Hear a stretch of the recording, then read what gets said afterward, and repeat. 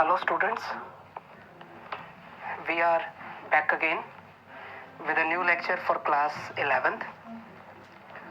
As you know, the topic which we are discussing was law of chemical combination. थोड़ा सा हम एक बार revise कर लेते हैं. We said there are two forms where element can combine either in the fixed proportion or in not a fixed proportion. When elements combine in fixed proportion by mass, we call it as compound, and that when the proportion is not fixed, what do we call? We call it as mixture. Then yesterday we said that when elements combine to form the new compound, there are some rules and regulations which elements follow during that chemical combination. We are talking about the changes, the combination where a new chemical compound is formed. So that laws, that rules and regulations are known as laws of chemical combinations. समझ आई कि when elements combine to form the compounds, the rules which they follow is called as laws of chemical combination. Now this article has these particular 5 laws. Out of these 5 we have done 2. First is law of conservation of mass, जो हमने कल किया था, and we said conservation means anything which do not change, means which remain conserved. And we said that when reactant convert into the product, then mass of the reactant is always equal to mass of the product. Means during a chemical reaction, never it happens that mass of the reactant is greater than mass of the product, or mass of the product is less than the mass of the reactant. ना तो mass बढ़ के आता, ना mass कम होके आता. Means जितना reactant आप लेते हैं उतना ही product आपके पास बनता है. Then we said के second rule was law of definite proportion. Definite means again which is fixed, which do not change. We said that when elements combine, they combine in fixed proportion by mass, and the ratio of the element is in the simple whole number ratio. ठीक है, जैसे 1:2, 2:3, 3:5, 5:7, 7:9 या 7:2. ये जो ratios होते हैं इनको हम लोग क्या बोलते हैं? Simple whole number ratio. ठीक है, ये हमारे पास कौन सा रूल था? Law of definite proportion.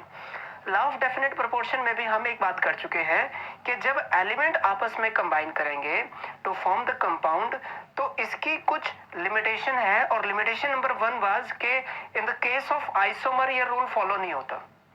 Isomer में क्या होगा? 2 और more compound will have same molecular formula.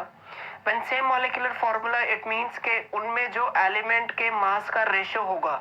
ठीक है, मैं फिर से रिपीट कर रहा हूं. जैसे हमने कहा था कि CH3O CH3, इसके अंदर carbon are 2, hydrogen are 6, oxygen is 1. तो यहाँ पर जो रेशियो आएगा, एक कार्बन का मास कितना होता है? 12. How many carbons do I have? That is 2. तो 12 into 2 that will B 24 ratio. एक हाइड्रोजन का कितना होता है? 1. हाइड्रोजन मेरे पास कितने हैं? 6 रेशियो. एक ऑक्सीजन का कितना होता है? 16. या मैं इसको सिंपल में अगर कन्वर्ट करता हूँ, 2 से सारे नंबर डिवाइड हो सकते हैं, तो 12 रेशियो 3 रेशियो 8. ठीक है, अगर मैं कहूं कि मेरे पास एक कंपाउंड है जिसके अंदर 3 एलिमेंट है, कार्बन, हाइड्रोजन, ऑक्सीजन, और उनका रेशियो ये है, तो क्या कंपाउंड हमेशा ये आएगा? Answer is no. दुनिया का कोई भी ऐसा कंपाउंड जिसका मॉलिक्यूलर फॉर्मूला ये होगा, उसमें रेशियो हमेशा सेम होगा. हम इसमें कंपाउंड को देख के रेशियो तो बता सकते हैं, लेकिन रेशियो को देख के कंपाउंड एक ही होगा ऐसा हम नहीं बता सकते. जैसे कि ये कुछ और कंपाउंड है, और अगर मैं लेता हूं यहाँ पर CH3, CH2 एंड OH, यहाँ पर भी अगर आप रेशियो देखेंगे, कार्बन कितने हैं? 2, हाइड्रोजन कितने हैं? 6, और ऑक्सीजन कितना है? 1. तो यहाँ पर भी रेशियो क्या आएगा? 12 ratio 3 ratio 8. Means the ratio is going to be same, but these are 2 different compounds. Because these 2 different compounds have the same molecular formula, these are called isomers. Means this rule fails in the case of isomer. Second, कि isotope का जब हम case लेते हैं, तो isotope के case में भी ये रूल फॉलो नहीं होता. ठीक है, क्योंकि आइसोटोप जैसे ही चेंज होगा तो वो जो रेशियो था वो क्या हो गया, चेंज हो गया था। जैसे हमने कल एग्जांपल लिया था किसका, CO2। हम यहाँ पर रेशियो क्या लिखते हैं हम, 12:32 या फिर 3:8। लेकिन ये कब है, जब कार्बन का कौन सा आइसोटोप है, 12 का। हमें पता है कि कार्बन एक और आइसोटॉप के फॉर्म में एग्जिस्ट करता है जहां पर उसका मास कितना होता है, 14 होता है। अगर 14 है तो रेशो क्या हो जाएगा, 14:32 या फिर 7:16। देखो रहेगा तो CO2 ही, लेकिन यहाँ पर मास क्या है कार्बन का, 12, यहाँ पर मास क्या है, 14। और जब एक ही एलिमेंट एक से ज्यादा एटॉमिक मास के साथ एग्जिस्ट करता है तो हम उसको क्या बोलते हैं, आइसोटोप। यानी कि आइसोटोप के केस में भी सेम कंपाउंड का जो रेशियो आना चाहिए वो सेम नहीं आएगा, वो डिफरेंट आएगा। ठीक है, तो ये बात हुई किसकी, जो हमने कल पढ़ा है कि लॉ ऑफ डेफिनेट प्रोपोर्शन की भाई लिमिटेशन है। और कौन सी लिमिटेशन है, दो लिमिटेशन है। पहली कि वो आइसोमर के केस में फेल कर जाएगा, दूसरा कि वो आइसोटोप के केस में भी फेल कर जाएगा। ठीक है, तो हम आज का जो आर्टिकल शुरू करेंगे, ये तो हमारा कल का रिवीजन है, तो no need to write it down क्योंकि कल हम इसको लिख ही चुके हैं। अब हम थोड़ा सा आगे चलते हैं आज की तरफ, कि आज हम जो सबसे पहले लॉ पढ़ रहे हैं वो कौन सा लॉ पढ़ेंगे, that will be the law of multiple proportion. ठीक है, that is your law of multiple proportion. Law of multiple proportion, proportion का देखो, प्रोपोर्शन का मतलब होता है अमाउंट। ठीक है, अमाउंट, यहां पर अमाउंट क्या था, फिक्स था, लेकिन मल्टीपल का मतलब क्या, more than one. Multiple means more than one. इसके लिए मैं एक बड़ा सिंपल सा एग्जांपल से शुरू करता हूं। जैसे carbon and oxygen, carbon and oxygen combine to give carbon monoxide and carbon dioxide. Class 10th से पढ़ते आ रहे हम कि कार्बन और ऑक्सीजन जब कंबाइन करेगा तो कार्बन मोनोऑक्साइड भी दे सकता है और वो कार्बन डाइऑक्साइड की भी फॉर्मेशन कर सकता है। तो देखो, अगर मैं कार्बन मोनोऑक्साइड पर लॉ ऑफ डेफिनेट प्रोपोर्शन लगाऊं, according to law of definite proportion,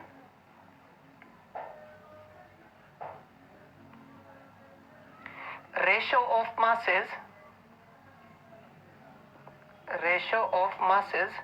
इन, एक साइड में लिख रहा हूं कार्बन मोनोऑक्साइड और दूसरी साइड में लिखता हूं कार्बन डाइऑक्साइड। देखो कार्बन का मास कितना होता है, 12, ऑक्सीजन का मास कितना होता है, 16। यानी कि यहां रेशियो क्या हो गया, 12:16।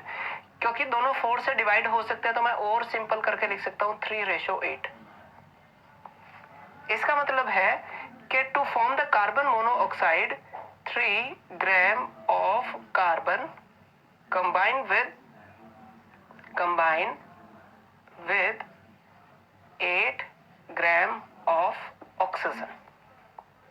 अरे मेरी बात समझ, ये हमने क्या लगाया, लॉ ऑफ डेफिनेट प्रोपोर्शन। अब लगाते हैं CO2 के ऊपर लॉ ऑफ डेफिनेट प्रोपोर्शन। यहां पर क्या है, 12, क्यों, क्योंकि एक कार्बन है। एक ऑक्सीजन का कितना होता है, 16, ऑक्सीजन कितने हैं मेरे पास, 2, तो कितना आ गया, 12:32। अभी ये 4 से कैंसिल आउट हो सकता है, मैं इसको और सिंपल करूं तो ये मेरे पास सॉरी यहाँ पर 4 आएगा, not 8, this will B 4 with 4 gram of oxygen. यहाँ पर क्या आ जाएगा, 3:8। इसका मतलब है कि 3 gram of carbon combine with 8 gram of oxygen. ठीक है, वो कितने ग्राम के साथ कंबाइन करेगा, 8 ग्राम के साथ। अब यहां पर देखो कि amount of carbon in both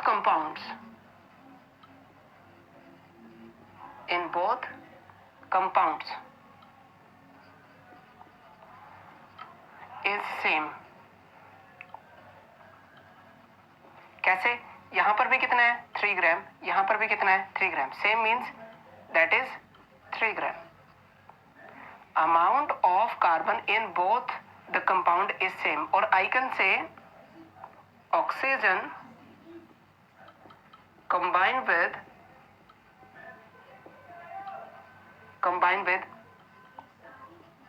fixed amount of carbon to give two compounds. है ना कि ऑक्सीजन ने क्या किया, oxygen combine with fix amount of carbon. यहाँ पर देखो ना, कार्बन का अमाउंट कितना है 3 ग्राम, यहाँ पर भी कार्बन का अमाउंट कितना है 3 ग्राम. तो हम क्या कहते हैं, हम कहते हैं कि भाई ठीक है, एक ऑक्सीजन है, ऑक्सीजन ने फिक्स अमाउंट ऑफ कार्बन के साथ रिएक्ट किया. तो यहाँ पर अगर मैं देखूं दोनों कंपाउंड्स में, एक CO में और दूसरा CO2 के अंदर, अगर मैं अमाउंट देखूं किसका, ऑक्सीजन का, amount of oxygen in these two compounds,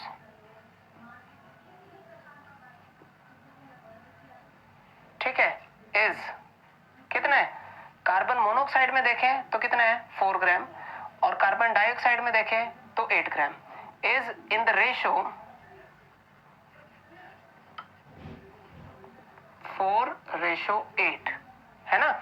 इसमें कितना आ गया 4, और यहां पर कितना है 8, और आई कैन से 1:2.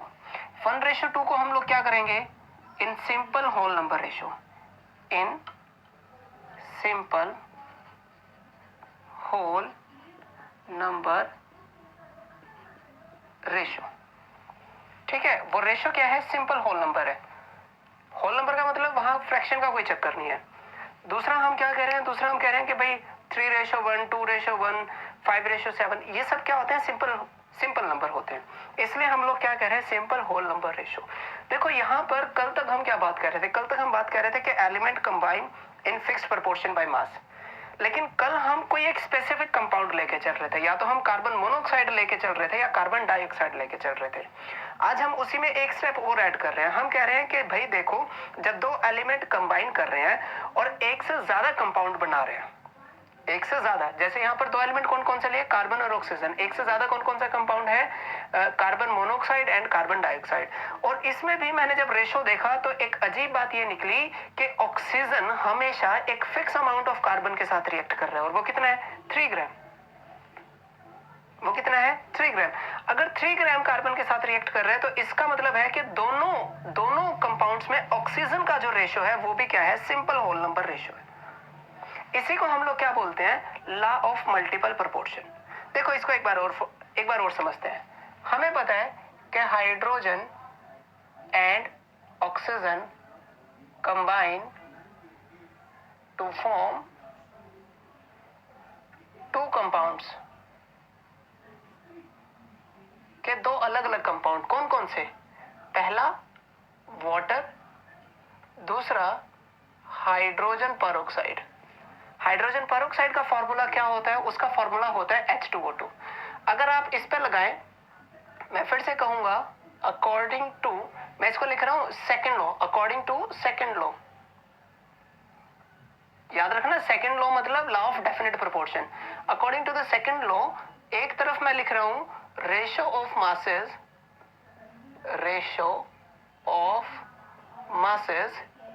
इन पहले लिया मैंने H2O, और दूसरी साइड में क्या ले रहा हूं, H2O2.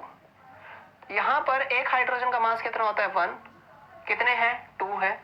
ऑक्सीजन का कितना होता है 16, तो ये क्या आ गया 2:16 या फिर 1:8. ठीक है, ऐसे यहां पर कितना आ जाएगा 2:32 या फिर 1:16. ठीक है, अब दोनों में देखो अमाउंट ऑफ हाइड्रोजन क्या है, फिक्स है.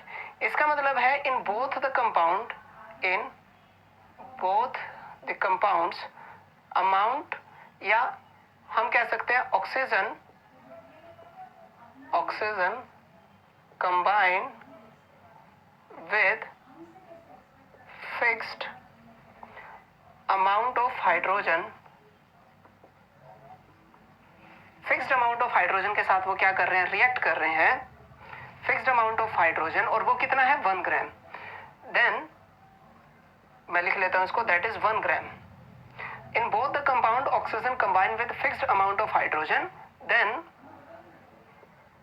ratio of masses of oxygen in both the compounds is कितना आएगा? देखो इसमें कितना है 8 रेशो, इसके अंदर कितना है 16। यही हुआ था ना, यहाँ पर 1 ग्राम हाइड्रोजन ने 8 ग्राम ऑक्सीजन के साथ रिएक्ट किया था, यहाँ पर 1 ग्राम हाइड्रोजन ने 16 ग्राम ऑक्सीजन के साथ। बिल्कुल ठीक वैसे ही कैलकुलेट कर रहा हूँ जैसे यहाँ पर मैंने कैलकुलेट किया था, ठीक है ना। यहाँ पे ये लिखा था ना कि 3 gram of carbon combine with 4 gram of oxygen, यहाँ पर ऐसे ही मैं लिखूंगा कि 1 gram of hydrogen combine with 8 gram of oxygen. तो यहाँ पर इस हिसाब से दोनों तरफ से देखें और ऑक्सीजन को कंपेयर करें तो रेशो क्या आएगा 8:16 और आई कैन से 1:2, यानी कि then ratio of masses of oxygen in both the compound is simple whole number ratio, whole number ratio. इसी को हम लोग क्या बोलते हैं? इसी को हम लोग बोलते हैं law of law of multiple. Multiple मतलब एक से ज्यादा रेशोज, एक से ज्यादा कंपाउंड आपको लेने हैं, दोनों को क्या करना है? कंपेयर करना है। तो यहाँ पर भी मैंने एक से ज्यादा कंपाउंड्स लिए, ठीक है, और मैं इन दोनों को कंपेयर कर रहा हूँ। तो यहाँ से एक ही बात निकल के आ रहे हैं कि भाई देखो वो जो दो एलिमेंट आपस में कंबाइन कर रहे हैं उसमें से एक एलिमेंट का अमाउंट क्या है? फिक्स है। अगर एक एलिमेंट का फिक्स है अमाउंट, तो जो दूसरा एलिमेंट बच गया उसका रेशो उन दोनों अलग अलग कंपाउंड्स में, जैसे यहाँ किसका अमाउंट फिक्स है? हाइड्रोजन का। हाइड्रोजन के फिक्स अमाउंट को छोड़ो, उसके बाद क्या बच गया? दूसरा एलिमेंट ऑक्सीजन के फिक्स अमाउंट ऑफ हाइड्रोजन का अमाउंट तो फिक्स है, तो ऑक्सीजन का जो रेशो होगा उन दोनों कंपाउंड्स में, इस कंपाउंड में और इस कंपाउंड में, वो क्या होगा? सिंपल होल नंबर रेशो होगा।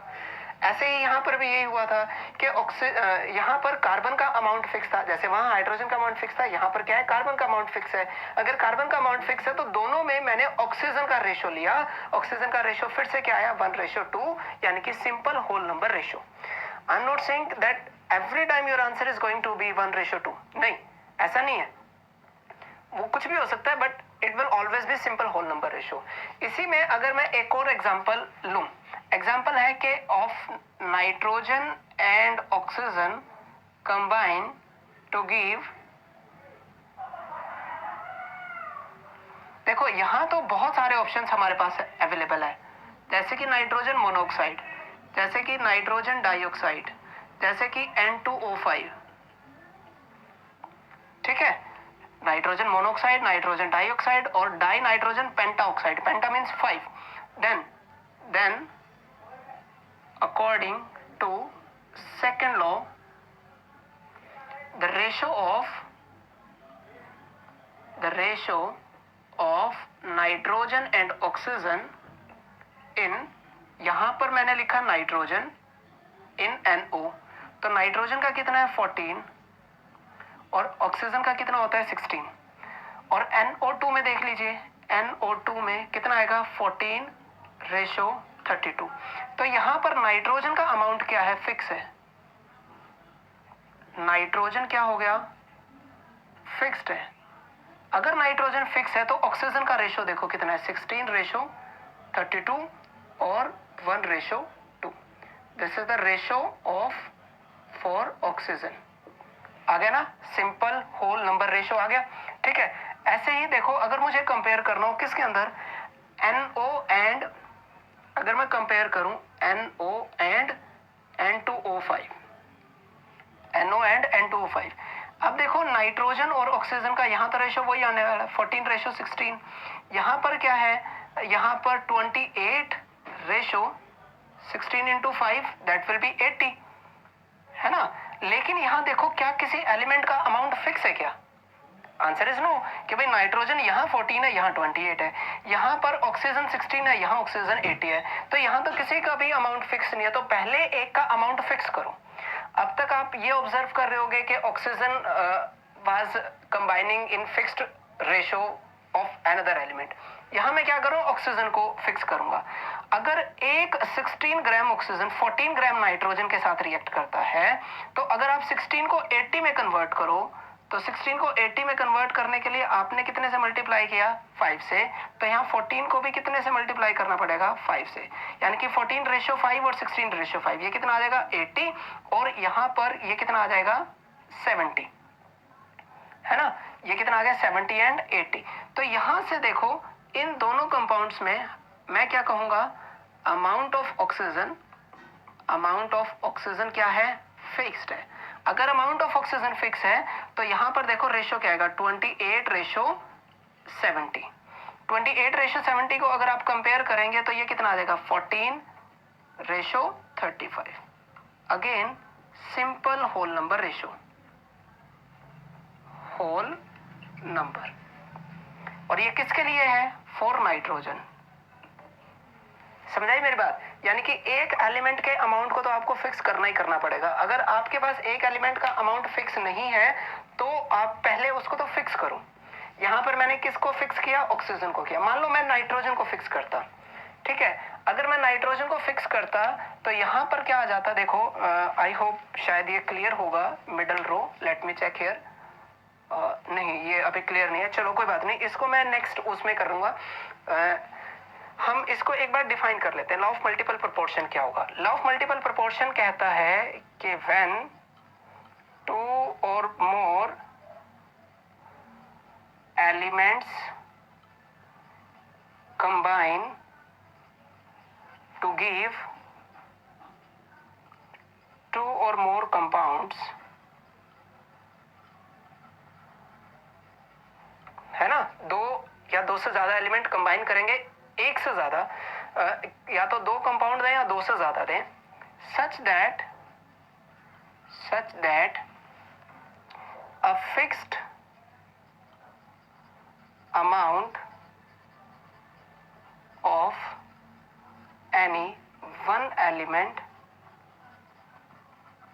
Combine with other element, then ratio of other element in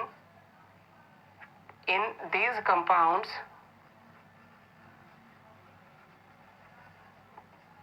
have simple whole number ratio.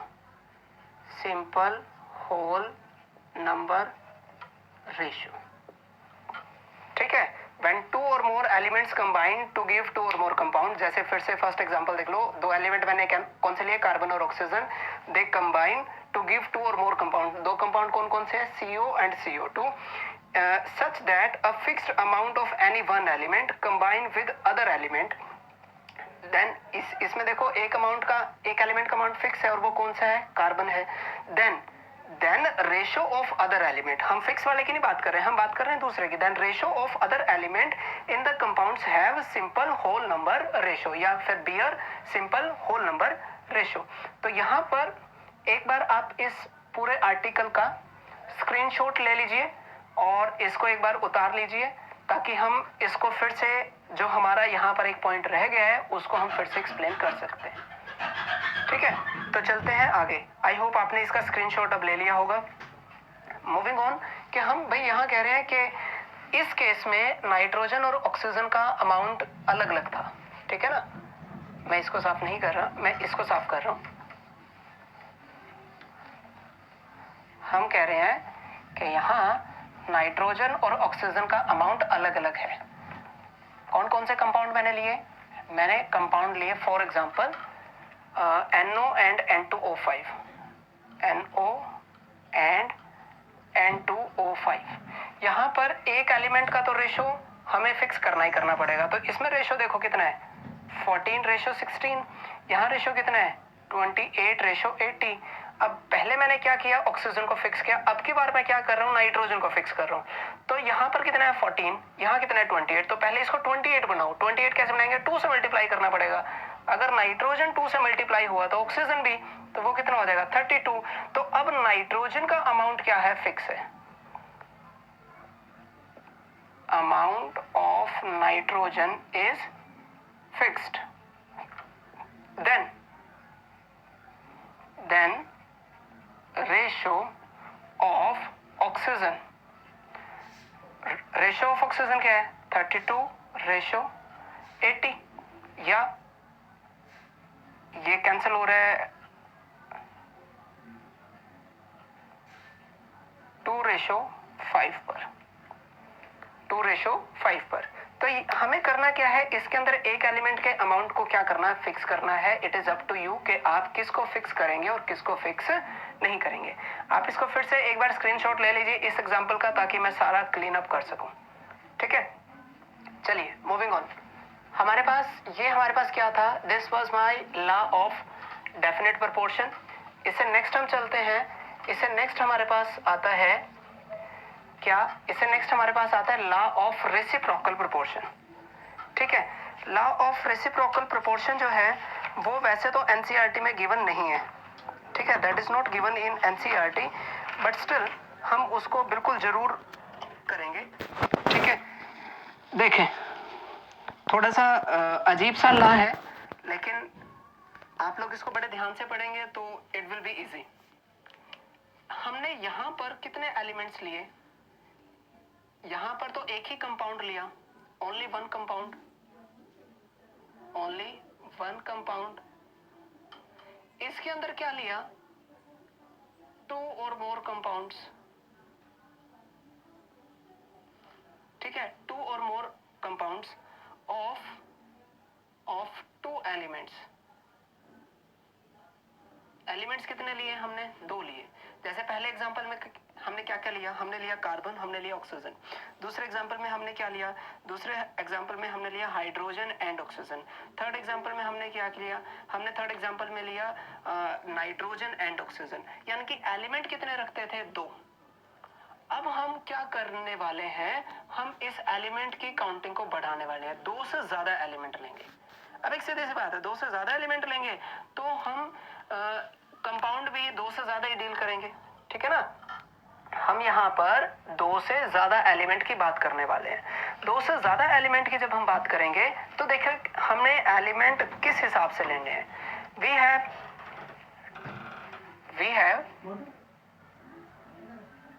Have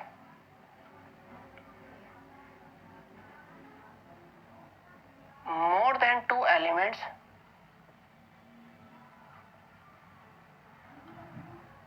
such that all the elements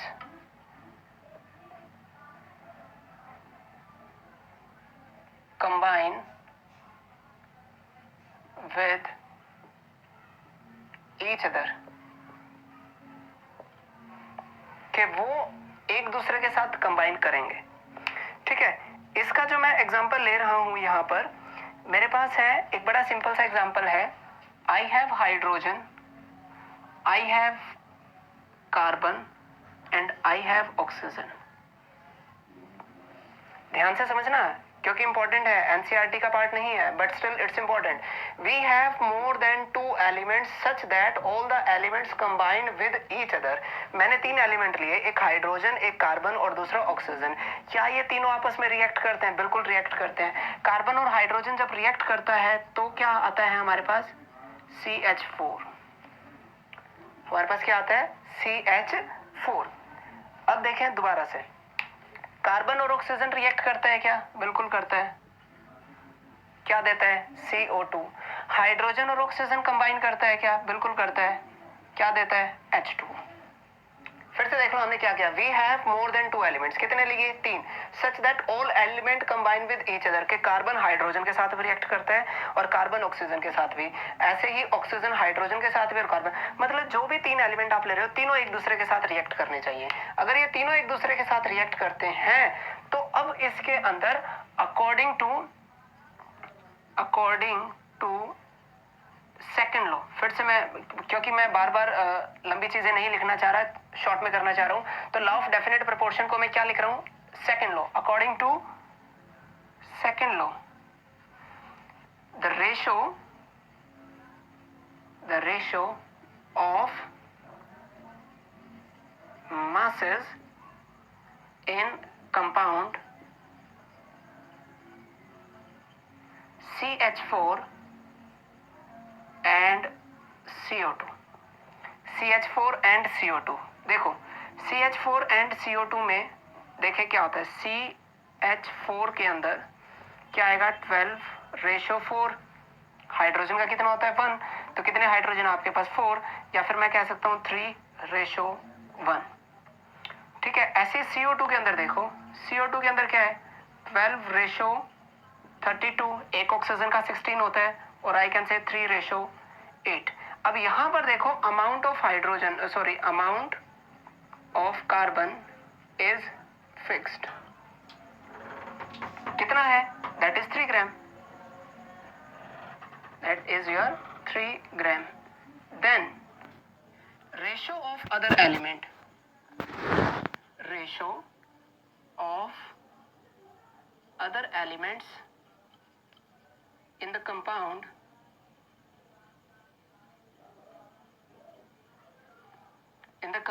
is कितना है, यहां हाइड्रोजन और ऑक्सीजन का रेशो कितना आ गया 1:8। फिर से समझा रहा हूं मैंने क्या किया, मैंने 3 एलिमेंट्स लिए, तीनों एक दूसरे के साथ रिएक्ट करते हैं। अब इसमें से मैंने कोई 2 एलिमेंट उठा लिए, जैसे कि CH4 और क्या उठाया CO2। इन दोनों में लॉ ऑफ डेफिनेट प्रोपोर्शन लगा के देखा, तो मैंने ऑब्जर्व किया कि भाई यहाँ पर भी कार्बन ऐसा है जिसका अमाउंट फिक्स है, 3 यहाँ पर है, 3 ही यहाँ पर है। और अगर मैं दोनों का रेशो निकालूं, 2 कौन से जो बच गए, कार्बन के अलावा क्या बच गया, यहाँ हाइड्रोजन और यहाँ क्या ऑक्सीजन। हाइड्रोजन और ऑक्सीजन का रेशो क्या आया 1:8। अब एट द सेम टाइम देखो हाइड्रोजन और ऑक्सीजन आपस में भी रिएक्ट करते हैं।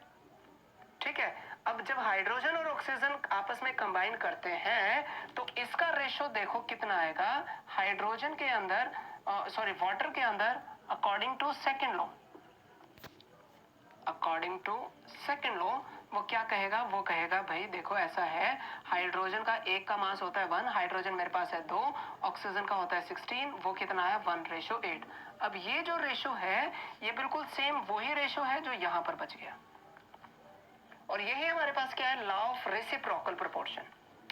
ठीक है। मतलब ये क्या कहता है, ये कहता है when you have more than 2 elements such that they combine with each other, then take any 2 compound, कोई भी 2 कंपाउंड आप उठा सकते थे, और उसमें भी the other element, the mass of one of the element is fix. यहां पर किसका फिक्स कर लिया, कार्बन का फिक्स कर लिया। Then ratio of other element, ratio of other element क्या आया 1:8। Either it will be same, या तो वो बिल्कुल सेम होगा, जैसे वाटर, मैंने यहाँ पे क्या लिया था कार्बन, दोनों में कार्बन फिक्स था, तो हाइड्रोजन और ऑक्सीजन का जो रेशो आएगा इन दोनों कंपाउंड में वो इस कंपाउंड के या तो सेम आएगा या फिर इसी का कोई मल्टीपल आएगा। यहां पे तो क्या आ गया, सेम आ गया। देखो इसको फिर से समझ लेता हूं कि मैंने क्या लिया, मैंने यहां पर लिया था CH4 और CO2। मैं CH4 CO2 लेता ही नहीं, मैं क्या लेना चाहता हूं, मैं लेना चाहता हूं CH4 एंड H2O। चलो इसी को ले लेते हैं, CH4 एंड H2O। ये मैंने रेशो ले लिया। ठीक है।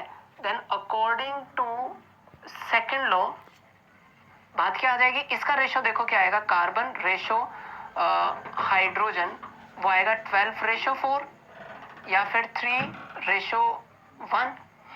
H2O के अंदर क्या आने वाला है, H2O के अंदर वो आने वाला है 2:16 या फिर 1:8। अब यहां पर देखो अमाउंट ऑफ हाइड्रोजन क्या आ गया, फिक्स आ गया। Amount of hydrogen is fixed. When amount of hydrogen is fixed, then ratio of carbon and oxygen in these compound is 3:8. अब ये जो रेशो आया है, this ratio is either the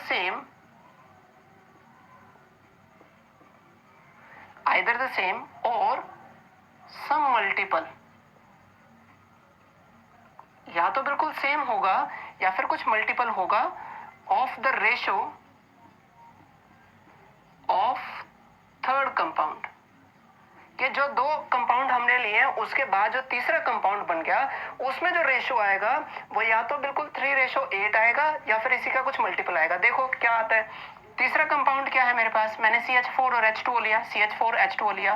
क्या है मेरे पास, हमारे पास है क्या, CO2। CO2 का जो रेशो है कार्बन का कितना होता है 12, ऑक्सीजन का 1 ऑक्सीजन इज 32, ऑक्सीजन कितने 16, ऑक्सीजन कितने हैं 2, तो इसको 4 पे कैंसिल आउट करोगे आप क्या आएगा 3:8, मतलब this ratio is same as that of this. बिल्कुल सेम आ गया ना। और यही हमारे पास क्या है, लॉ ऑफ रेसिप्रोकल प्रोपोर्शन। देखो अगर आपको अब भी नहीं समझ आया तो मैं इसको तीसरे कंपाउंड से भी करके दिखा सकता हूं। Now let's have CO2 and H2। Now let's have CO2 and H2। CO2 के अंदर रेशो निकाल लो, वो कितना आएगा, कार्बन का 12, ये किसका लिख रहा हूं मैं CO2, 12:32 या फिर 3:8। यहां पर H2O के अंदर देखें, H2O के अंदर रेशो आएगा 1:8, है ना। हाइड्रोजन का 2 और ऑक्सीजन का कितना 16, उसको आप सिंपलीफाई करने जाओगे तो क्या आ जाएगा 1:8। यहां पर देखो अमाउंट ऑफ ऑक्सीजन फिक्स है, amount of oxygen is fix, then ratio of other element,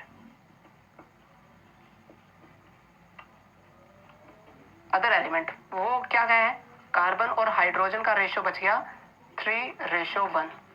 इसका मतलब है जब कार्बन और हाइड्रोजन आपस में कंबाइन करेंगे या तो आंसर 3:1 आएगा या फिर इसी का कोई मल्टीपल आएगा। देखते हैं क्या आता है। कार्बन और हाइड्रोजन जब आपस में कंबाइन करेंगे तो क्या बना हुआ है CH4। CH4 में रेशो निकाल लो, अब CH4 में रेशो आएगा 12:4 या फिर 3:1। तो देखो ये दोनों ही रेशो क्या आ गए, सेम आ गए। आई रिपीट, 3 एलिमेंट लिए, तीनों कैसे लिए, जो आपस में एक दूसरे के साथ रिएक्ट कर रहे थे। जब वो आपस में एक दूसरे के साथ रिएक्ट कर रहे थे तो हमने देखा कि कोई 2 कंपाउंड लिए, उसमें से एक एलिमेंट का मास फिक्स किया, तो जो दूसरे एलिमेंट बच गए थे उनका रेशो तीसरे कंपाउंड में जो रेशो आने वाला है उसके या तो सेम आएगा या उसी का कोई मल्टीपल आएगा। यहाँ इन तीनों ही केसेस में हमारे पास क्या आया, सेम आया। अब मल्टीपल का भी हम एक एग्जांपल करने वाले हैं कि कैसे। देखिए उससे पहले हम एक बार इस लॉ को डिफाइन कर लेते हैं। This is my fourth law, और फोर्थ लॉ क्या कहता है, law of reciprocal proportion.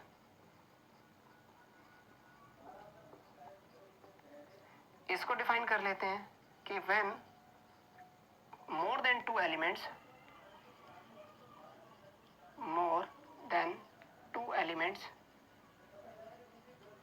combine with each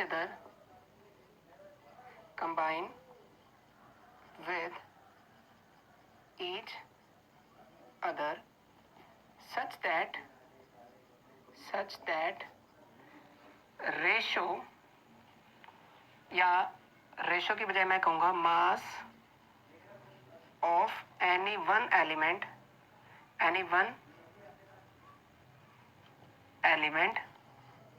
या देन रेशो की बजाय फिक्स्ड मास कर लो यहाँ, then fixed mass of any one element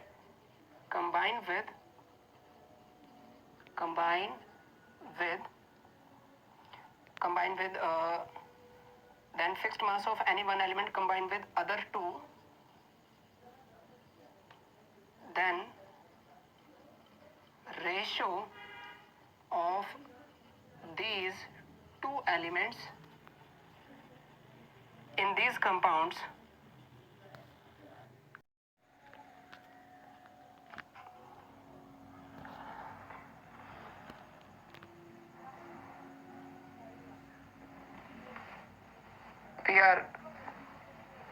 we are starting it again due to some technical error। Actual में फोन इतना गर्म हो गया that camera got switched off।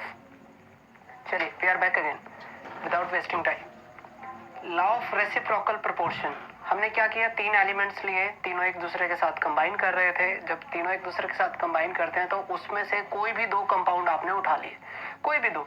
अगर कोई भी 2 कंपाउंड आप उठाते हैं, जैसे मैंने यहाँ पर उठाए CH4 एंड CO2 इसमें, तो मैंने ऑब्जर्व किया कि कार्बन का मास क्या था, कार्बन का mass was fix.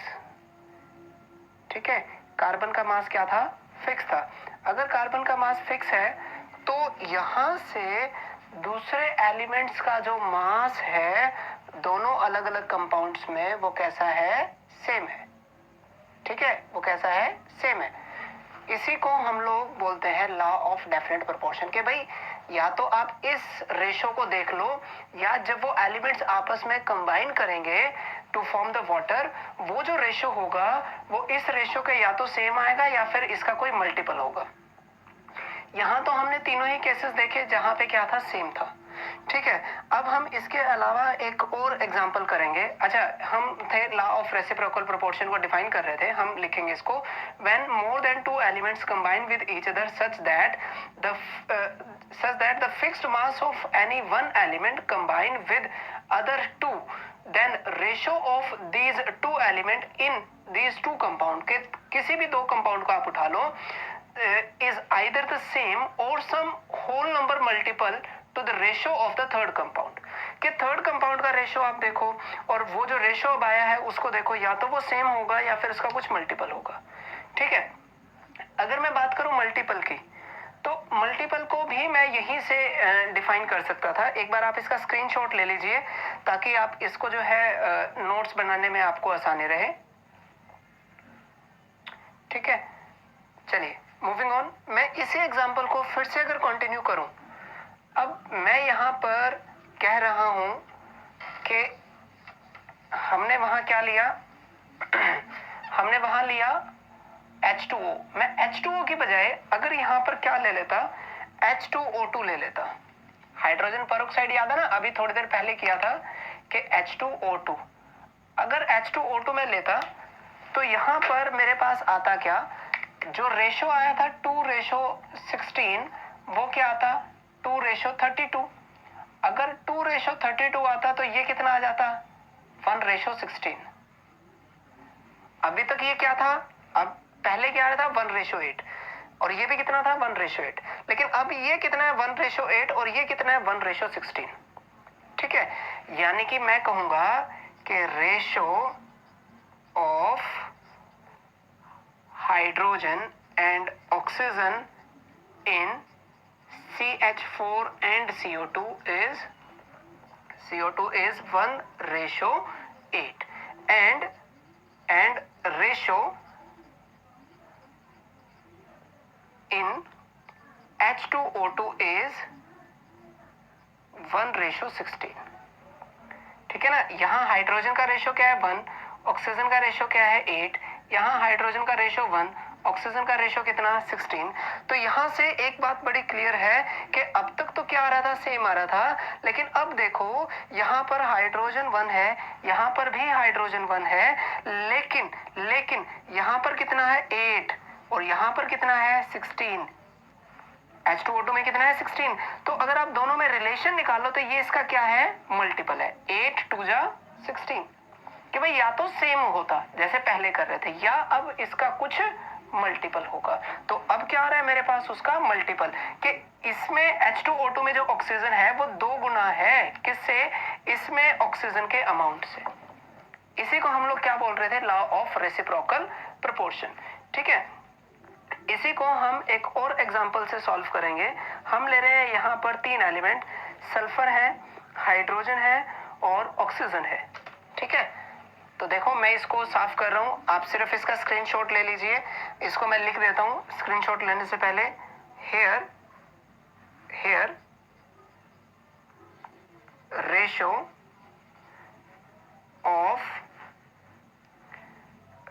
Of oxygen in both cases is simple whole number multiple। Simple whole number multiple. ठीक है, जैसे यहां पर example in H2O2, oxygen is twice. Then in चलो इसको इतना ही करते हैं. एग्जाम्पल है in H2O2 oxygen is twice, then ratio of oxygen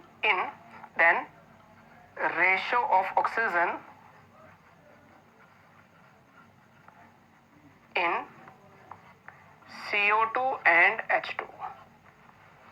ठीक है, वो जो रेशो आया था उसके कंपैरिजन में यहां पर रेशो क्या आ गया, ट्वाइस आ गया. ठीक है, आप इसका फिर से एक बार स्क्रीनशॉट ले लीजिए ताकि हम इसको स्टार्टिंग से फिर से सॉल्व कर सकें. ठीक है, आई होप आपने इसका स्क्रीनशॉट ले लिया होगा. चलिए शुरू करते हैं फिर से. इसको मैं एक बार रब कर देता हूं. एक और एग्जांपल हम देखेंगे इसी लॉ के बेस्ड, लेकिन अब जो मैं एलिमेंट्स लूंगा वो थोड़े से अलग लूंगा. यहां पर हमने पहले किससे सॉल्व किया, पहले हमने सेम से सॉल्व किया. अब हम थोड़ा सा अलग सॉल्व कर रहे हैं. ठीक है, थोड़ा सा अलग सा हम एग्जांपल लेके चलेंगे. जैसे यहां पर मैंने 3 एलिमेंट लिए. कौन कौन से, एक लिया सल्फर, दूसरा हाइड्रोजन और तीसरा क्या है, ऑक्सीजन. जब सल्फर और हाइड्रोजन आपस में रिएक्ट करेंगे तो वो क्या देंगे, H2S. ठीक है, वो क्या देंगे यहां पर, H2S. ये क्या देगा, SO2, और ये क्या देगा, H2. I am having 3 elements. All the 3 combine with each other. When all the 3 combine with each other, तो हमें क्या करना है, कोई भी 2 कंपाउंड उठा लो. जैसे फॉर एग्जांपल मैं H2O एंड H2S लेता हूं, यानी कि अप्लाइंग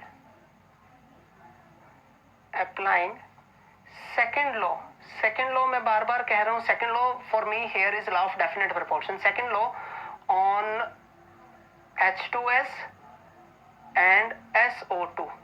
तो रेशो देखो H2O में कितना, H2S में और SO2 में कितना आने वाला है. H2O में आएगा 2:32, है ना, एक हाइड्रोजन का 1.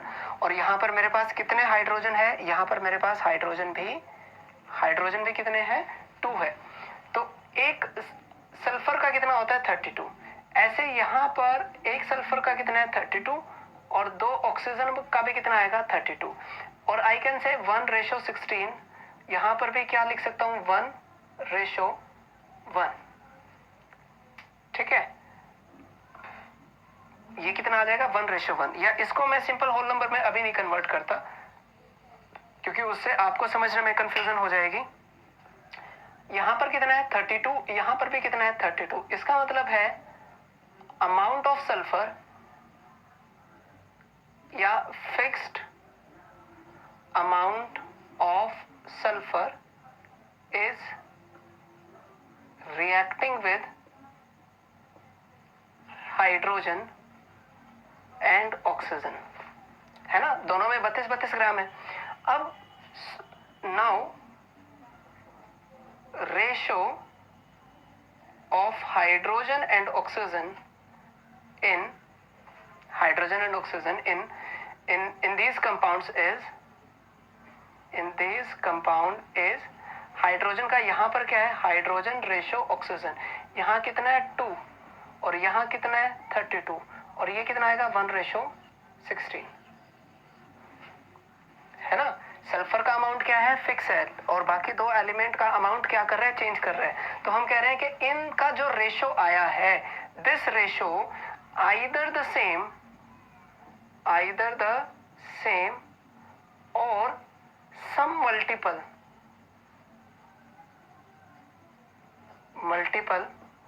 of the compound of the ratio of mass of compound, mass of elements in the compound,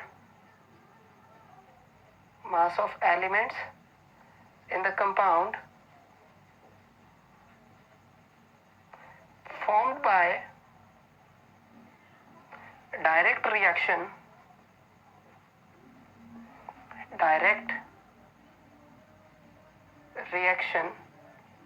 between hydrogen and oxygen, ठीक है। और वो कंपाउंड क्या है? That compound is H2O here. That compound is H2O here. Then ratio of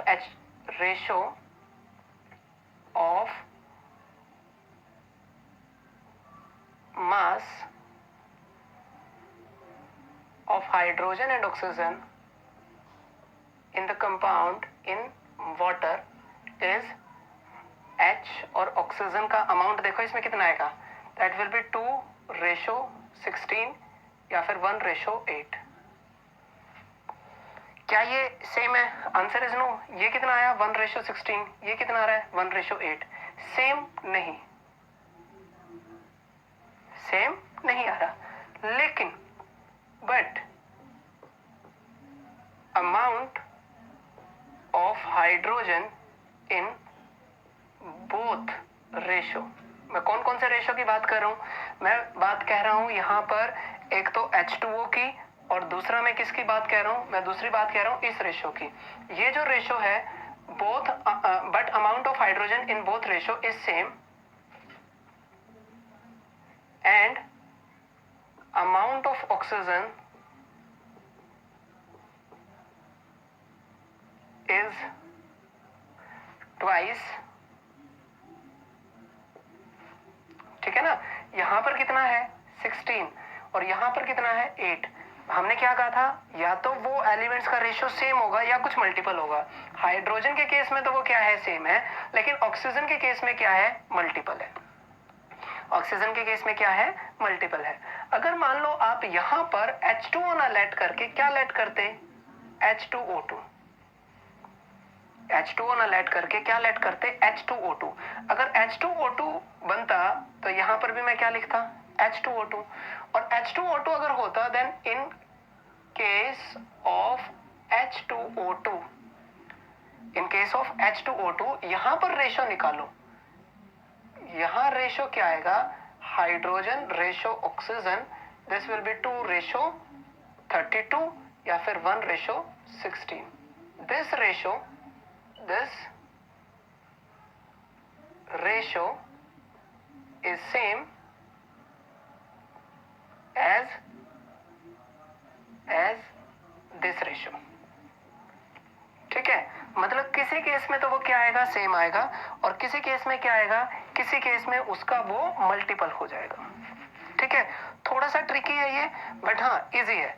आप इसको अगर एक या दो बार प्रैक्टिस कर लोगे तो आपके लिए ये लॉ भी समझना बहुत ही आसान हो जाएगा, ठीक है। I repeat that this law is not the part of NCERT, but still we will not escape it. हम फिर भी इसको नहीं एस्केप करने वाले हैं। तो I will again request you to take a screenshot here. यहाँ पे फिर से आप स्क्रीनशॉट ले लीजिए ताकि आपको नोट्स बनाने में आसानी हो। चलिए हम आते हैं लास्ट हमारे पास जो लॉ बच गया, और वो लॉ क्या है? Law of gaseous, Gay Lussac law of gaseous volume, ठीक है। तो देखो यहां पर एक बात बड़ी अजीब सी है, और वो क्या? जो फर्स्ट लॉ है, याद करो आपने वहां पे किसकी बात की थी? मास की बात की थी। आपने सेकंड लॉ में भी क्या बात की? मास की बात की। थर्ड लॉ में भी मास की बात की। फोर्थ लॉ में भी मास की बात की। यानी कि यहां ये जो लॉ ऑफ केमिकल कॉम्बिनेशंस है बेस्ड ऑन मास,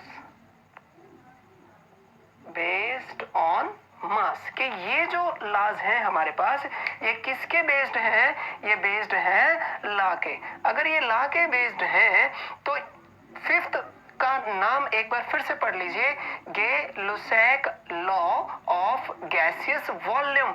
यहां पर ये जो लॉ है ये किसके बेस्ड है? ये बेस्ड है वॉल्यूम के। अगर ये वॉल्यूम के बेस है तो फिर से देख लो कि Gay Lussac is actually the name of the scientist who gave this law. और इसने क्या कहा? इसने एक बड़ी सिंपल सी बात कही कि during any reaction, during any reaction, if all the reactant and product are gases, कि जितने भी रिएक्टेंट हैं और जितने भी प्रोडक्ट है वो सब के सब क्या गैसेस हैं। अगर सब के सब गैस हैं and condition of temperature and pressure is same, मतलब वो कंडीशंस भी हम लोग चेंज नहीं करेंगे। During any reaction if all the reactant in the product are gases and conditions of temperature and pressure is same, then we say then gases react with each other in simple whole number ratio of their volume. सबसे आखिर में important point आया कि जितने भी reactant है आपके पास वो सब क्या है, गैस है। जितने भी प्रोडक्ट है वो भी क्या है, गैस है। कंडीशन क्या है, टेम्परेचर और प्रेशर की सेम रखिए, कंडीशन चेंज नहीं करी। कंडीशन अगर चेंज कर दे तो ये लॉ वैलिड नहीं रहेगा। कंडीशन भी क्या है, सेम है। Then gases react with each other in simple whole number ratio of their volume. या फिर देन या तो मैं इसको ब्रैकेट में लिखूं या इसी को मैं आगे कंटिन्यू करूंगा कि pressure is same, then volume of reactants and products is in simple whole number ratio, कि ये सिंपल होल नंबर रेशो में होने वाले हैं। अब तक किसका रेशो देख रहे थे हम, मास का। यहां पर किसका रेशो देखना है, वॉल्यूम का। सबसे इंपॉर्टेंट, अब तक देख रहे थे 4 लॉज में ratio of mass, but gases के केस में हम मास पे फोकस नहीं करेंगे, हम किस पे फोकस करेंगे, वॉल्यूम पर। अगर मैं वॉल्यूम पर फोकस करता हूं तो देखो एक बड़ा सिंपल सा एग्जांपल लिया कि मैंने लिया H2 कौन सी स्टेट में है, गैसियस स्टेट में, प्लस O2 कौन से स्टेट में है, गैसियस स्टेट में, क्या देता है, H2O। अगर आप रिएक्शन को बैलेंस करो तो यहां पर कितना आएगा 2 और यहां पर भी कितना आ जाएगा 2। इसको देखो, ये जो 2 है यहां जो मल्टीपल है, एक्चुअल में ये क्या बताता है, ये बताता है वॉल्यूम। कितने वॉल्यूम है, 2 वॉल्यूम, यानी कि 2 volume of hydrogen react with 1 volume of oxygen. मैं नहीं कह रहा कि मैंने वो ml में लिया, मैंने वो लीटर में लिया, वो किस में लिया, but 2 volume of hydrogen react with 1 volume of oxygen, तो वाटर कितना बनेगा, water will be 2 volume. I will say that 2 volume of hydrogen combine with 1 volume of oxygen to give 2 volume of water। यहां पर mathematician वाला दिमाग नहीं लगाना है कि 2 volume plus 1 volume that is 3 volume, नहीं। आप रिएक्शन को बैलेंस करो। रिएक्शन को बैलेंस करने के बाद जो यहां पर मल्टीप्लाई में आया वो मुझे यहां क्या बताएगा कि हाइड्रोजन का कितना वॉल्यूम, ऑक्सीजन का कितना वॉल्यूम। तो हाइड्रोजन का कितना वॉल्यूम आया, 2 वॉल्यूम, ऑक्सीजन का कितना वॉल्यूम आया, 1 वॉल्यूम, और वाटर का कितना वॉल्यूम आया, वो भी उसका देखो मल्टीप्लाई में क्या लिखा, जो मल्टीप्लाई में है उतना ही वॉल्यूम, 2 वॉल्यूम। तो यहाँ पे ratio of the volumes, ratio of the volumes will be hydrogen का रेशो, ऑक्सीजन का रेशो, वाटर का। अगर ये रेशोज है मेरे पास तो ये कितना आ जाएगा, 2:1:2। ठीक है। हम एक और एग्जांपल लेते हैं, हम लेते हैं N2। N2 हमारे पास क्या होती है, गैस होती है, plus I am having 3H2, ये भी क्या है, गैस है। क्या दे रहा है, अमोनिया। अमोनिया का फॉर्मूला इज NH3। अमोनिया भी क्या है, गैसियस स्टेट में है। तो क्योंकि सब गैसेस हैं तो हम क्या लगाएंगे, Gay Lussac law of gaseous volumes. Gay Lussac law क्या कहते हैं, तो देखो इसका वॉल्यूम कितना है 1, मल्टीप्लाई में क्या है 1, तो इसका 1 वॉल्यूम इसके कितने वॉल्यूम के साथ रिएक्ट करता है, 3 वॉल्यूम के साथ। तो कितने वॉल्यूम बनेगा यहां पर, 2 वॉल्यूम। यानी कि यहां पर जो रेशो आएगा वो क्या आएगा 1, मैं यहां लिखूं nitrogen ratio hydrogen ratio ammonia, तो ये क्या आ जाएगा 1 रेशो 3 रेशो 2। देखो ना, सिंपल होल नंबर रेशो है, 1 रेशो 3 रेशो 2 या 1 रेशो 2 रेशो 3। तो यहां पर गैसेस के केस में वो कहता है, यहां पर इसको अगर मुझे एक्सप्लेन करना हो देन आई विल से कि 1 volume of nitrogen combine with 3 volume of hydrogen to give कितने वॉल्यूम, 2 वॉल्यूम। मैं बार बार कह रहा हूं मैथमेटिशियन वाला दिमाग नहीं लगाना है, कभी आप इसको प्लस कर दो, प्लस नहीं करना है आपको, सिर्फ स्टोइचोमेट्रिक कोएफिशिएंट या जो मल्टीप्लाई में लिखा हुआ है उस नंबर को देखना है, वही वॉल्यूम को इंडिकेट करेगा। ठीक है, अगर मैं ऐसे ही आपसे पूछूं कि भाई H2 अगर आपके पास गैस हो, I2 आपके पास गैस हो और ये यहां से क्या दे रहा है 2HI, कौन से स्टेट में, गैस स्टेट में, तो यहां पर रेशो क्या आएगा, यहां पर रेशो आएगा H2 hydrogen ratio iodine ratio HI, तो ये रेशो कितना आ जाएगा 1 ratio 1 ratio 2। This is your Gay Lussac law of gaseous volumes. बड़ा सिंपल सा है, कहां लगेगा, वो लगेगा जहां पर गैसेस होंगे। फिर से एक फटाफट रिकैप देख लेते हैं। Law of conservation of mass, मतलब during the reaction total amount या total mass of reactant will be equal to total mass of product. Second, law of definite proportion कि when element combine to give the compound, then ratio of the different element या elements combine in fixed proportion by mass। यहाँ पर भी क्या आया, मास। Law of multiple proportion कब लगाया, जब 2 एलिमेंट 2 से ज्यादा कंपाउंड दे रहे हो, जैसे कार्बन और ऑक्सीजन, कार्बन मोनोऑक्साइड भी दे सकता है, कार्बन डाइऑक्साइड भी दे सकता है। तो वो जो 2 अलग अलग कंपाउंड आए उसमें किसी एक एलिमेंट का मास क्या होने वाला है, सेम।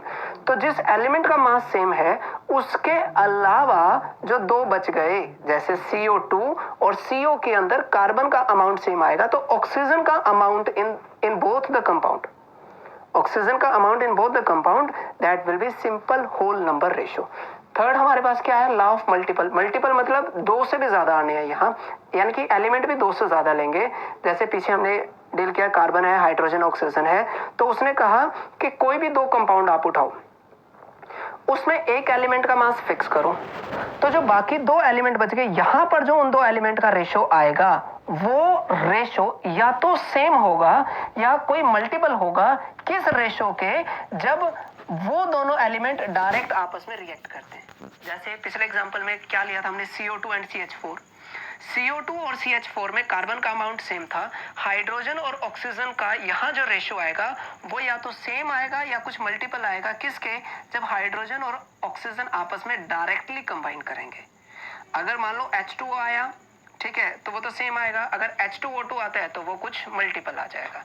ठीक है, और लास्ट लॉ हमारे पास क्या आया, that was your Gay Lussac law.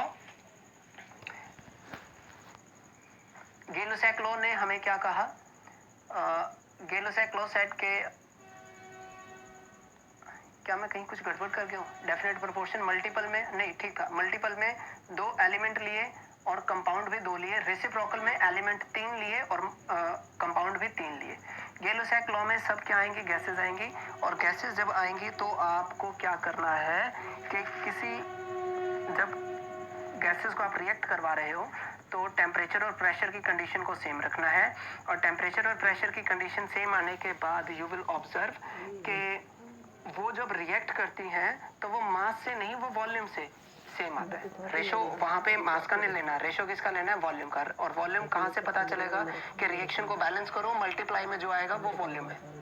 ठीक है, अगर वो लीटर होगा तो सारे लीटर होंगे, अगर वो ml होगा तो सारे ml होंगे, तो यूनिट क्या है वो हम ध्यान नहीं दे रहे। ठीक है, these were your laws of chemical combinations, और इससे आगे हम चलेंगे नेक्स्ट टाइम। लेकिन जब आप नेक्स्ट टाइम आएंगे तो मैं आपसे उम्मीद करता हूं कि क्लास 9th में जो डाल्टन्स एटॉमिक थ्योरी है आप उसको एक बार गो थ्रू करके आएंगे, क्योंकि आगे का जो लेक्चर होगा हमारा वो बहुत ही ज़्यादा बेसिक होने वाला है। जैसे उसमें एटॉमिक मास क्या होता है, मॉलिक्यूलर मास क्या होता है, ठीक है, और एटॉमिक मास को मेजर कैसे करते हैं, या मोल क्या होता है, ये जो आपने क्लास 9th में पढ़ा था वो दोबारा फिर रिपीट करने वाले हैं हम लोग। ठीक है, तो मैं उम्मीद करूंगा कि नेक्स्ट टाइम आप जो है 9th से थोड़ा सा चीज़ों को समझ के आएंगे, याद करके आएंगे। ठीक है, तो आज के लिए सिर्फ इतना ही। I believe that you guys are following the videos regularly और आपको समझ आ रहा है।